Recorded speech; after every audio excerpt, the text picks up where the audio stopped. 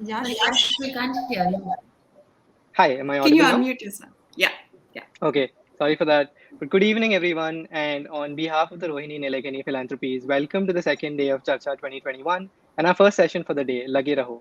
The last 18 months have been incredibly challenging for us all. Today, we're here to discuss lived experiences of stakeholders from varied backgrounds and the role they played during the COVID-19 pandemic. We want to draw out and discuss the importance of active citizenship in this crisis and unpack different views on what enabled this wave of co-creation from the citizenry. Before we begin, a few housekeeping rules for the audience.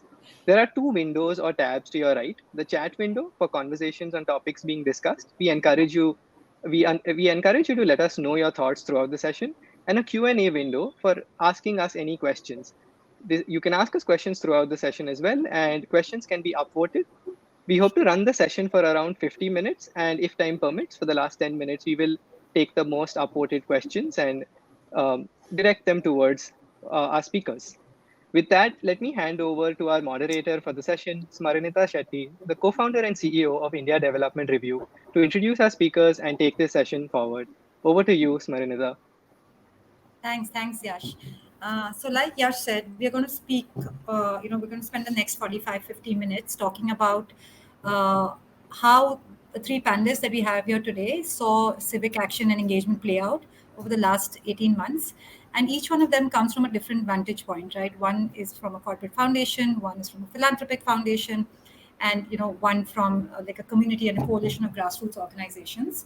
And each one of them will speak to their lived experiences during the pandemic, the role that each of them and their organizations played during this crisis, and also what I think we'll have suggestions on what we can do to maintain this momentum going forward. Given life is never going to be the same in the future. So to speak to this, we have Gayatri. We have two Gayatris. We have Gayatri Divecha, who heads sustainability and CSR at the Godrej Group. We have Gayatri Nair Lobo, who's the CEO at A.T. Chandra Foundation.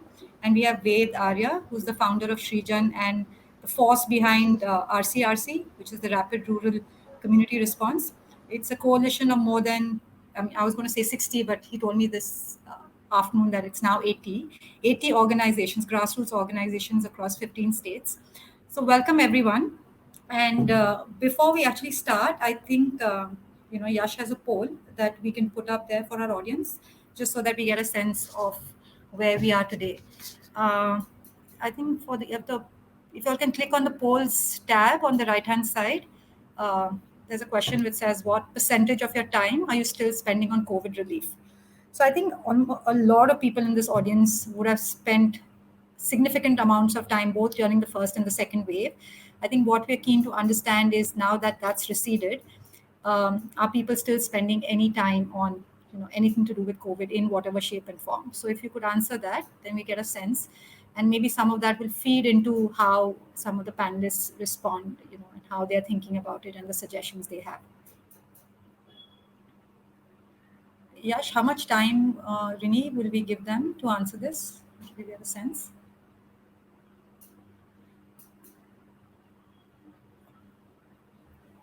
30 seconds more. Okay.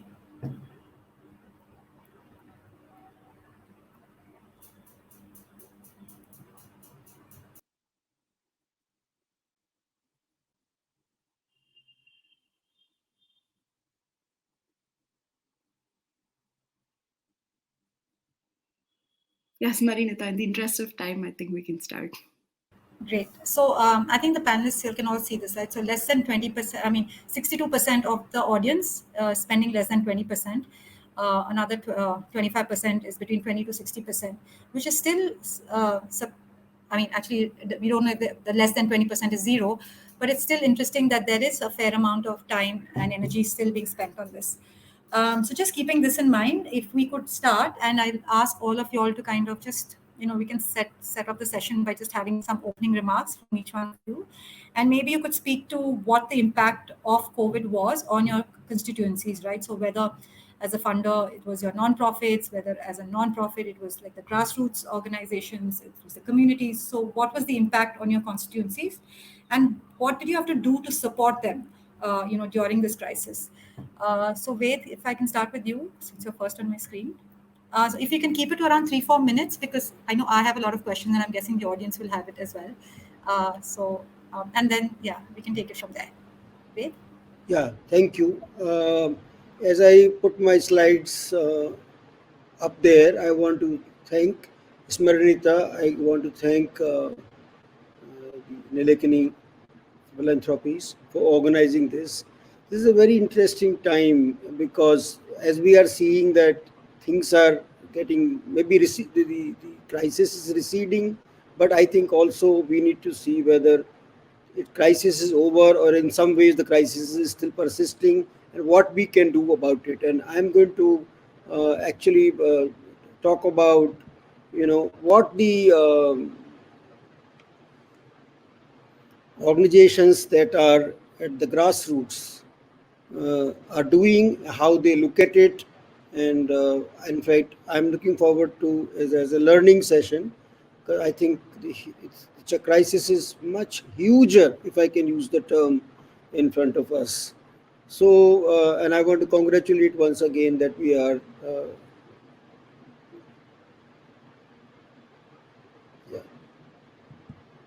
how to move it forward. I'm just how to go next. You should see an arrow at the bottom of your screen, just under the presentation. Okay. Yeah, so I'm going to talk a little bit about how the second point, this unbridled, unprecedented rise in civic action. I think term is a little bit self-congratulatory in for others to see and say and make the judgment. And we will see also NGOs that are at the grassroots. We are 80 of them, how they could continue their work as well as take up this work that was on their head last March. So let me give you a little bit of a quick background, and I want to start with the much larger questions. The papers are filled with this data today as we complete 75 years of independence. 50% of Indians earn less than 50,000 rupees, which means per person, he or she is earning only 125 rupees to take care of everything, livelihoods, health, and education. 25%, which is the bottom quartile, is earning less than, the households are earning 8,500 rupees. Merely 70 rupees a day, if you want to count in terms of dollars, is less than $1. Even that the bottom line, the poverty line is moved to $1.9 of the World Bank. Look at it, what is the overall task? 32 million people slipped into poverty during last pandemic. This is Pew Research quoted by the New York Times. And this is not talking about the other fault lines in our democracy, in our society, which is gender, caste, even I would include religion, and even geographies, as we see around us. And what to talk about the climate crisis recently now, the IPCC report has come, and you see abundantly, there's not so abundant amount of water that is there in the ground. So in front of this, RCRC is just, is nothing, is a drop in the ocean. We might want to say that we started with 7 organizations and we are 80 now, and we are in 15 states. But so what? The task is much, much bigger.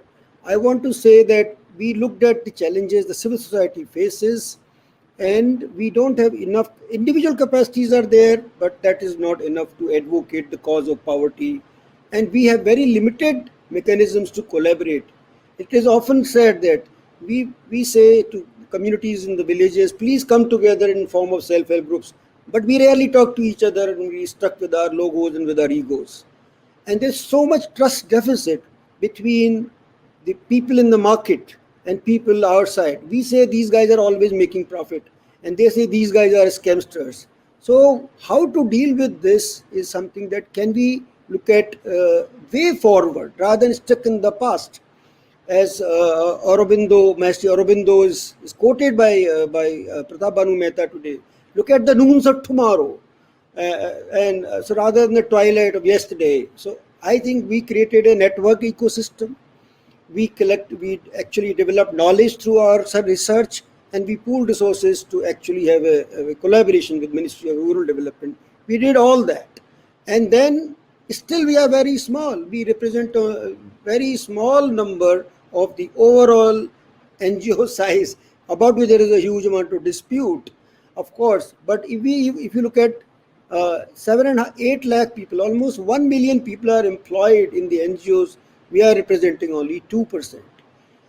Even if we might brag and say 1300 crore rupees was the total gross budgets or grants we received among ourselves, that is nothing. If you look at the Narega, it is the 60,000 crores. We have to encash that to reach the poor people, and so on. I think still we have a lot to go and do something. So we did a little bit of an exercise as RCRC. What do we want to become? Members said that RCRC should be a representative body for the civil society sector. We should amplify people-centric expertise that we seem to have to contribute to policy making. What there is a hope for this or not, but we are going to try to make it happen. That's RCRC's vision and mission. Can we be the go-to organization? Can we be the network to go and people join? Little bit of hope. We started with 7 in March 2020. Soon it became 20, then we became 60, and as I just shared with Ismarita, we are 80. There was a lot of not ghar wapsi, but welcome. 15 new members joined 2 weeks ago, and we got to do a lot to keep them going. I want to just share with my colleagues that we respect everybody, and you won't believe we do general body meetings almost every fortnight. So to get to know each other in the Zoom times, of course, Zoom is helping. Ved, if I can stop you here now, and maybe we can talk about some of this going forward. If we can hear from Gayatri Devecha and Gayatri Lobo right now, because some of this, we'll kind of cover as the conversation proceeds as well. Thank you. Yeah. Thank you very much. Yes. Thanks, Ved. Yes. Gayatri Devecha, would you want to speak a bit about the impact, that you saw on communities, and what's the support that you had to provide as Godrej? Yeah. So thanks, Vanita, for the question, and thank you to the team at Rohini Nilekani Philanthropies and the Nudge for organizing this. I think safe to say the last 18 months has been a real learning experience for all of us, and we were definitely doing things we never imagined ourselves to be doing as funders or as CSR, and I'm certain that the case is the same for a lot of our not-for-profit partners who we work with and who are delivering on-ground relief. I think a few things really, sort of stuck out as, real deep learnings to take forward from this. One was the, incredible amounts of collaboration across our employees, across our value chains, across our, with our partners, between our partners, with government, with other funders. I think the level of communication that we were all in with one another was extremely productive, because, everybody was trying to respond, both in the first wave and the second wave to a crisis situation, and that enabled us to really sort of learn from one another very quickly. And I think what was really unique about this collaboration is how quickly it yielded results. Even for things that we were trying very hard to do for a long while. For example, we work on worker entitlements in construction. It's something we've been doing for a few years, but the speed at which we were able to unlock emergency cash relief from government, because everybody was fundamentally in this together and sort of learning from one another, and no one had all the answers. I think it's been for specifically for the not-for-profits we work with, and our whole portfolio, and ourselves as a CSR practice. I think what has been what has been a big impact in the past 18 months is taking a long, hard look at our programs and saying that, COVID has obviously disrupted it. There are many needs that we didn't know, existed, even though those needs were there before COVID. It's just that it's been brought to light, whether that's in accessing government schemes, whether that's, in accessing finance to scale micro enterprises. And so between the first and the second wave, we had this really nice sort of, reflective period to be able to think, okay, what have we learned from this first wave that can be baked into programming moving forward? I think, this is my last point, really. I think one of the biggest takeaways as a funder has been, I don't think we've ever appreciated just how much NGOs are on the front lines as we have through this pandemic. Because basic things like how do we get food to our construction workers who are stuck on our sites, or how do we help migrant workers who work within our factories, how do we help communities around our factories, and obviously our wider community and places where we work also. I don't think any of that would have been possible without being able to lean on the expertise of our not-for-profit partners and be honest in our vulnerability of not having the answers. So, I think knowing that, the critical role that NGOs play, and why that, the case for why we need to continue to support them beyond programmatic funding, I think to my mind has become much stronger. I'll stop there. Svanita, you're on mute.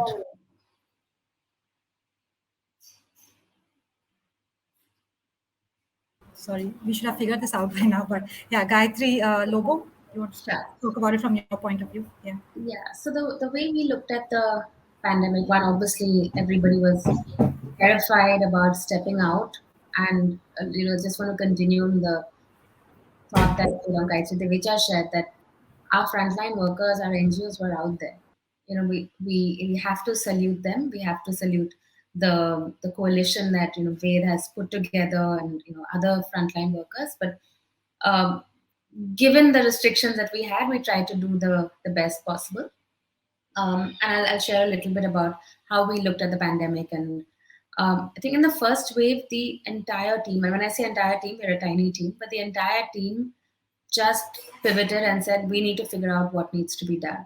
This was pre-lockdown when we started hearing about cases, and we saw the devastation happening in Europe. So very early on, we said, okay, clearly there's this thing called PPE that we've never heard of before, but we need to figure out who can make them, how we can get them through hospitals, N95 masks. We used to only hear about it in the context of pollution in Delhi. And now suddenly we were talking about getting N95 masks made. So we did all of that early March. This is pre-lockdown. And I think that gave us a little insight that we can try and be ahead of the curve rather than reacting to the curve. So, with a bunch of other funders, other nonprofits, the Godrej Group was a very key part of our collaboration efforts. We said, look, what do we need to do? One thing we said is, when lockdown was announced, the first thought was people are not going to get food, right? We were in our buildings with food deliveries coming to our houses, but we knew that, especially in a place like Mumbai, where they were creating hotspots and cordoning it off, we said, how are people going to get food there? So we created this this space that BMC gave us in Mumbai, and we said, okay, let us feed 70,000 people. And we put a very unrealistic at that time target of saying within a week's time, they need to all get food in their houses. And it took us 8 days, but we got it there. We got it to them. And again, it was the BMC, it was funders who overnight came together and pooled in close to 4 crores. It was suppliers. We had suppliers from potatoes and onions and dal and whatnot else coming from across the country. We had our NGO partner Praja, who was in NSCI collecting all of this. We had 400 volunteers working there and packing food. So when you think about civic action, like I could not think of a better example. And then we realized that okay, dry food is one thing. People need to get fruits and vegetables as well. So then we started another campaign around that. But what we did was create templates saying that okay, now this is what we've done. This is what it cost us. Here's where you could actually save costs, which we didn't do because we were in a rush, and share it with anyone and everyone who cared to look at it. So that was one thing we did. The other thing we said is one big gap we are seeing is data. We don't know who's got COVID. We don't know who has antibodies. So we said, let's fund research that goes into this. So we had again, with the Godrej group, we did the first Zero survey in Mumbai. So like that, we try to see what do we need in order to try and help before things get too bad and we can't do it. And I think that's a learning that we want to take back into everything that we do as a foundation. So, trying to be ahead of the curve, collaborating with others. We've realized that when we've done enough study and we looked at data, there are more people interested in collaborating with us.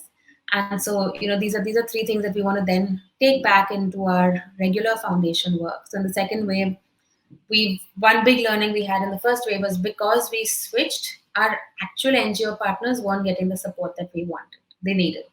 So we said, we're not going to do that again. We have to make sure our programs continue. We didn't stop funding, but we didn't have time to spend with them, or we didn't have time to, talk through issues with them. And they were all struggling, right? It was a pandemic that was like indiscriminately hit everybody.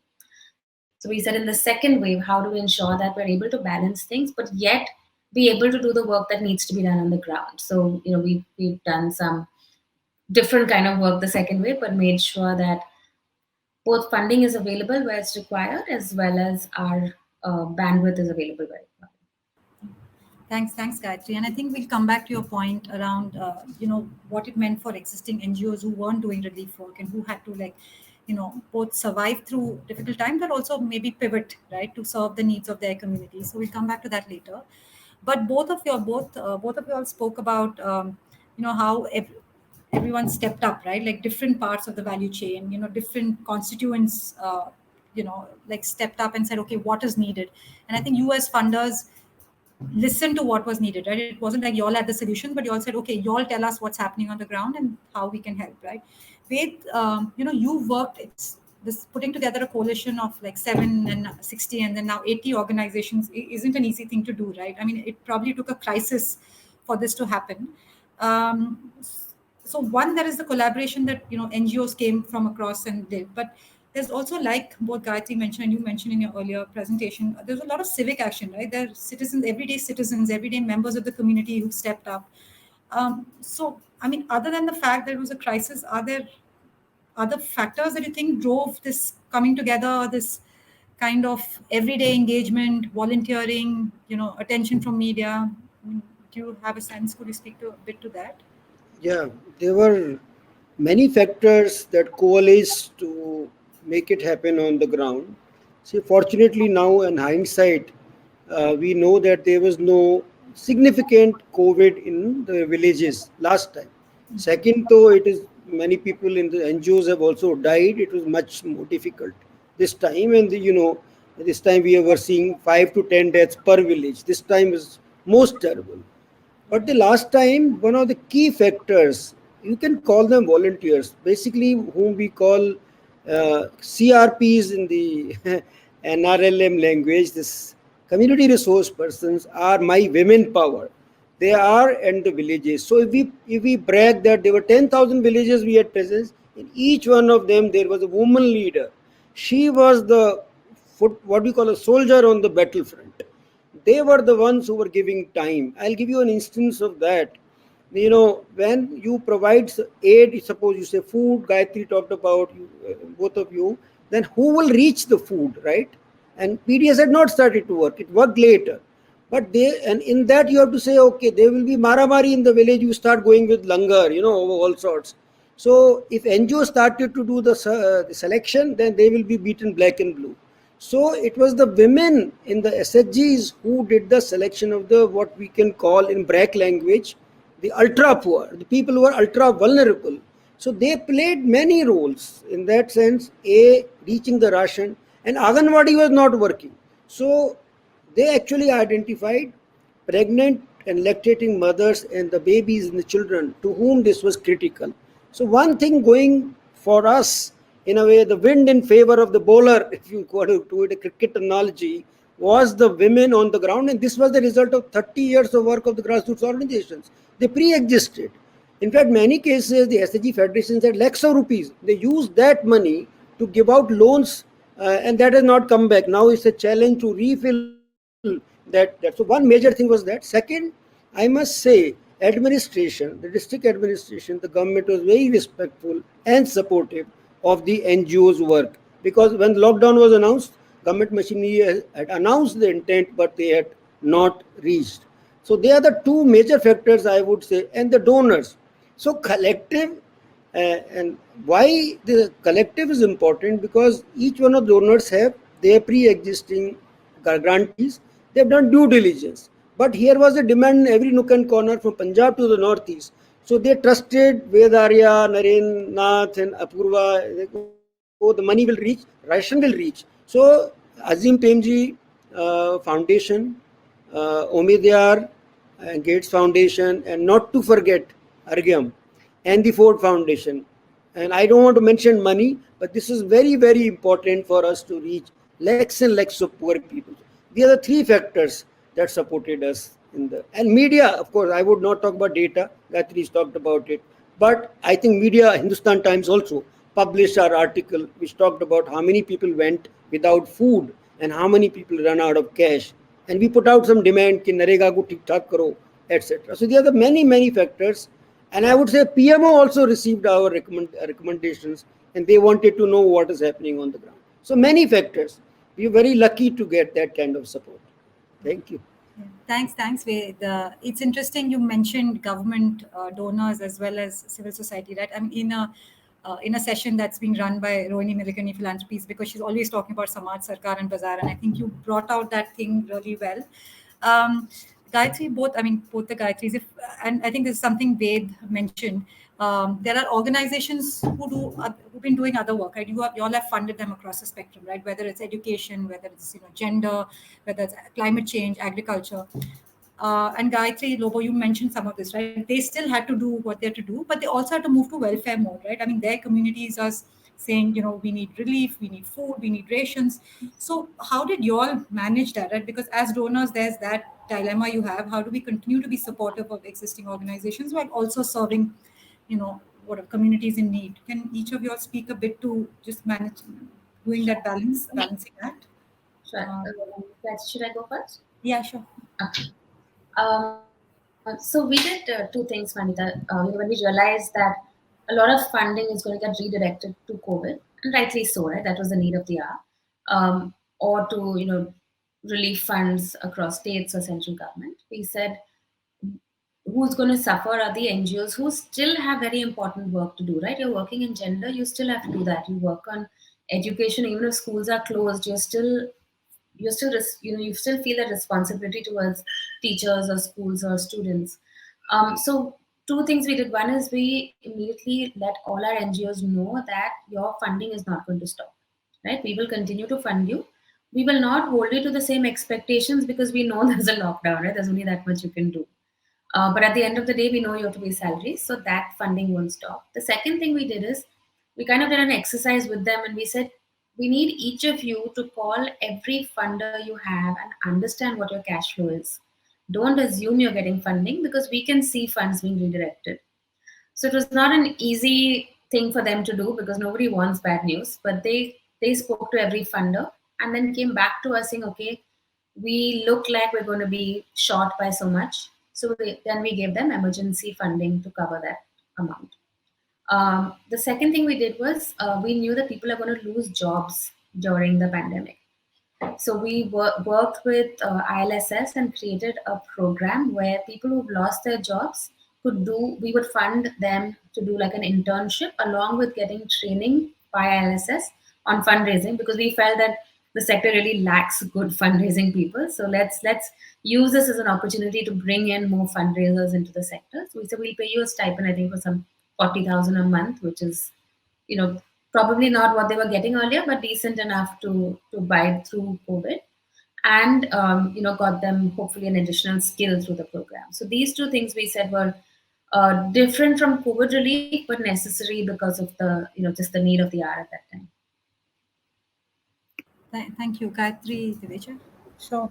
I think for us it was, similar to Gayatri's experience. We, very early on, beginning of March, again, we knew we shut down our offices much earlier, much before the official lockdowns and so on happened in Maharashtra and then in the rest of India.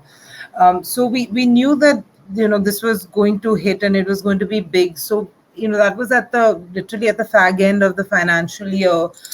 So we did reach out to all of our partners and ask them to utilize whatever funds they had very flexibly from their programs in order to make sure that their teams and the communities they were working with had enough sort of protection and support through COVID. So whether it was to, buy sanitizers, masks, educate about COVID, buy food, food kits and so on. So we built in that flexibility at the end of the 1920 financial year for these partners who are existing partners. I think safe to say for us, I mean, we kept with all our commitments, right? We didn't, all of our COVID response funds is over and above what we had planned. Now, because, I mean, in a way, the timing was good because it was the beginning of the financial year. So we were planning out our budgets. So we were able to, take into account the fact that despite us wanting to continue with our programs, it was physically impossible, right, to do a lot of these programs. So those went on pause, though the organization still received the funds that we were planning to give them in any case. Difficult situation to start any new programs in, because you can't do a needs assessment, you can't do a baseline. So that took a little bit of a hit, but we had no commitments there. And then we had a very large over and above CSR commitment to COVID response, which was really helpful because that meant we could continue with our programs and we didn't have to redirect anything. We wrote to all of our partners when the pandemic hit and sort of gave them that reassurance that even if programs scale down, we're still here. Our health programs we ran a very large prevention of vector-borne disease program in partnership with both the national government and 3 state governments. So those continued because it was malaria season at the time. So, and it was interesting because we were able to, we work with ASHAs and with health departments. So we were able to also include COVID messaging as well as support for ASHAs on COVID, which they didn't otherwise have. I think, key for us was also sort of building this relationship of trust and honesty with our partners and explaining to them where we were struggling with what decisions we need to make with regards to our funds, and hear from them as well where they were struggling with getting more funds. For us, it was very, very clear that, I mean, from our own experience, not everybody is cut out to do relief work. Not everybody knows how, right? We didn't know how to do it. So, we tried to build connections between our partners. If one partner was working in a community that needed a particular kind of support and was not able to provide that, could we either share best practices from one partner or connect them and the other partner could do that work? Those are the kinds of collaborations we tried to build as well. And I think, most importantly, I think for us, one of the most important things we could do for our partners is to see them as part of our value chain, just as our vendors, suppliers, clients, customers are. So, we opened out during the first wave. We opened out our HR teams had developed an L&D platform because people had time to take courses. We opened that out to all of our partners so that they could use it. We asked everybody to ensure that they had COVID insurance baked into their grants that they were getting for their teams. And for the second sort of wave where we did two things, we supported we had a huge mental health program for our employees. We open that out for our partner organizations as well, totally anonymous and completely free for staff to be able to benefit from that mental health support. And we included as many as we could in our vaccination drives as well. So that's how we sort of work through it. Thanks, Gayatri. Ved, I mean, they've spoken from like a funder point of view, right? But I mean, you having this coalition, and can you speak a bit about from the non-profits point of view? I know your coalition is very wide, in terms of size, philosophy, regions, but while both Godrej as well as AT Chandra didn't pull out funding, we know a lot of nonprofits did have to face the issue about not having enough funding. Even if they did, that funding was for programs that they were running, probably on education, probably on climate change, and now they needed to kind of serve their communities. What were nonprofits going through? As in, like, how did they kind of manage through this crisis, especially ones who are not doing work around livelihoods and welfare work? Well, most of my experience is still going to come from livelihoods. And I want to start by commenting the Gayatris, and then the Gayatris of this world were very kind. I'm basically saying that our funding agencies were very sensitive to what was happening on the ground. I'll give you one instance that whether it is to do with the Axis Bank Foundation or Azim Premji Foundation, they said you can use the money that is allocated for travel for something else because there is no travel possible. So I'm just giving you an instance of how kind were they and sensitive to what was happening. What we found still was that the money has reduced this time. We have raised 3 times the amount of money. Say last year we raised 1 million, this time we raised $3 million. But it is the people like Pradhan and AKRSP may not feel the pinch as much as the small organizations. So we are having to run to new donors like Crypto Relief, and they've come to our rescue, certainly. But I think the money is not available for livelihoods. The money is available to run a vaccination campaign, or money is available to say oxygen, this whatever you call it, fixation with equipment. Or we are all engineers. I know at heart, or whatever it is, we want hardware. But what about soft skills development that will create jobs, etc.? So the one problem we will face going forward, not only small organizations will shut shop, and they are already shutting shop because of FCRA, a subgranting problem, as well as people's attention being on the hardware. So going forward, I just want to share one lesson, that how do you build capacities of the communities? We have learned, and I shared, can we focus on the local organizations that are federations or FPOs? Now, increasingly, we also have to focus on panchayats, which are local self-governing institutions. And there is so much money everywhere. 30,000 crores is waiting under the 15th Finance Commission. That is one. In terms of, I'm no one to preach, I'm just sharing what is coming out. Secondly, can we build capacity of the NGOs? There is with local compliance pressure is huge, from FCRA to MCA and so on. So can we have capacity building program for the NGOs? Leadership development, because people are not sure how to cope with this crisis in going forward. And third, how to raise funds. So Gayatri from AT, if you can actually extend with the ILSS program or whatever, how to raise funds for their program? Can we run training programs for them? And this is something we are beginning to do. And I must mention Gates Foundation is now very kind to rejig their relief grant to say that, okay, you can build capacity of the NGOs. So going forward, it is very important to have robust communities and robust civil society.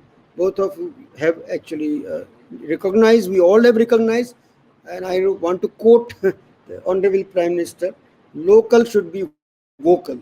And so I think local is most important. Even in terms of markets, people are saying, we are rather than go to distant markets, let's go to district markets, and so on. So I think that is the lesson we are learning. So can we do something about it is the question. Yeah. Thank you.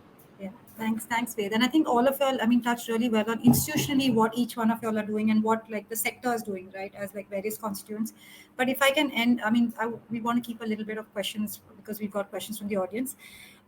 there is that each one of you all touched upon how like the boundaries blurred, right? There was a lot of civic engagement, whether it was in the form of employees, whether it was in the form of volunteers, whether it was in the form of, both urban and rural India, everyone, stepping up.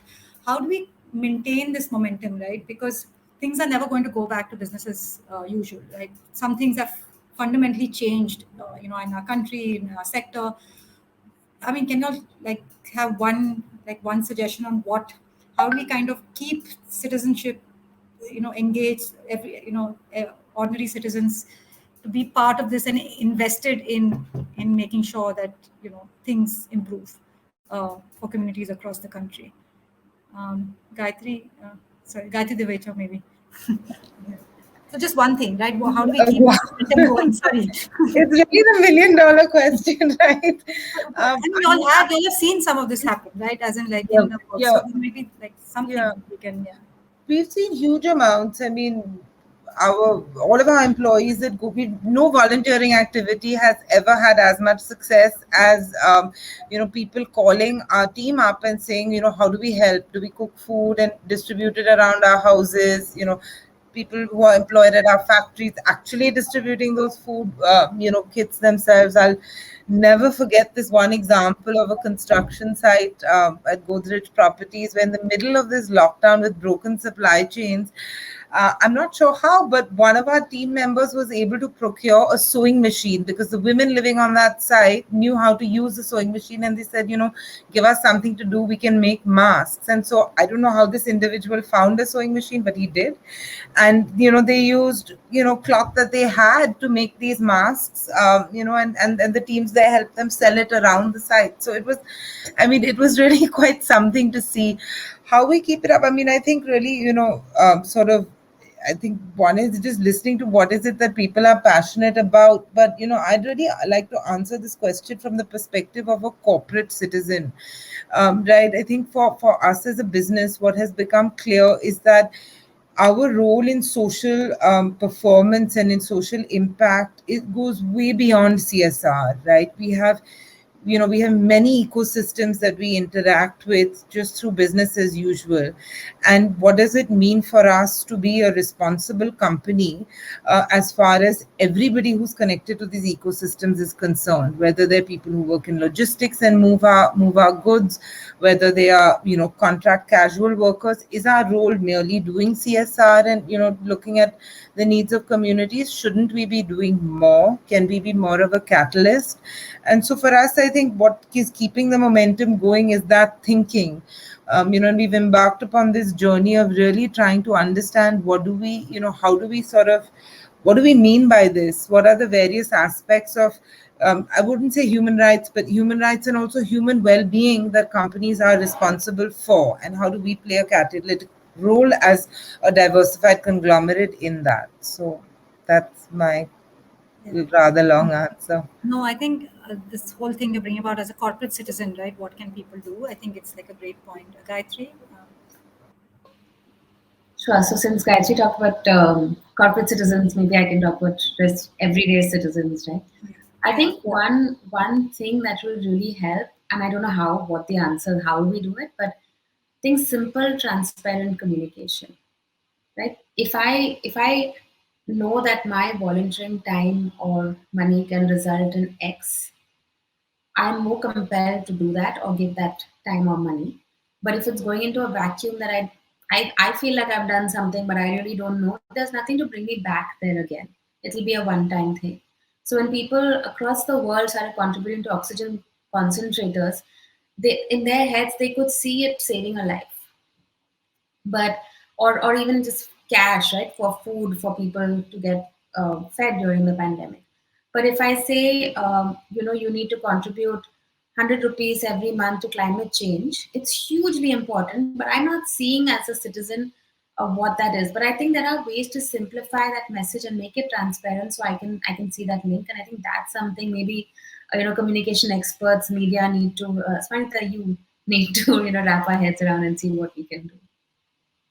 I think that's a great point, right? Because again, during crisis, people step up. It's how do you maintain that momentum beyond crisis mode? And some of it is if they can see this, if they can put a a face, a name. I mean, unfortunately, that's how it works. So it like behooves us to like find areas like, I mean, things which are harder, more intangible, right? Rights-based stuff, climate change, all of that, which you can't put like a visible thing to kind of make that, fundable which in a is sense. similar to what Ved said, right? Infrastructure we can see.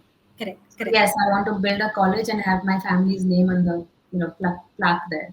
Yeah. But is that there's lots more that can be done with many more people who don't have the money to build a college building. Yeah. And Ved, if we could have your one suggestion on Yeah, how to keep the momentum going. momentum is driven by both the Gayatris here. So I want to build on first Gayatri Divecha's point on citizenship. I want to build on the large number of volunteers that came, and all of them were below 30, not above 60 like me. So I have great faith. All the sensitivity is very much there in our Indian young people's hearts. So one thing I want to suggest is that we should continuously go to all the campuses, whether it's the IIT or whether it's Sydenham College or whatever college it is, when the child is only 16, 17, 18. That is a time we have to expose them to poverty, gender equality, climate crisis. Even if they go on to join Godrej tomorrow, they will be sensitive citizens and sensitive corporate citizens. So that is one thing we got to be doing. And Buddha Fellowship, they may join, not join. I think some people are totally committed because they are from farmers background, whatever it is. They maybe 1% will join.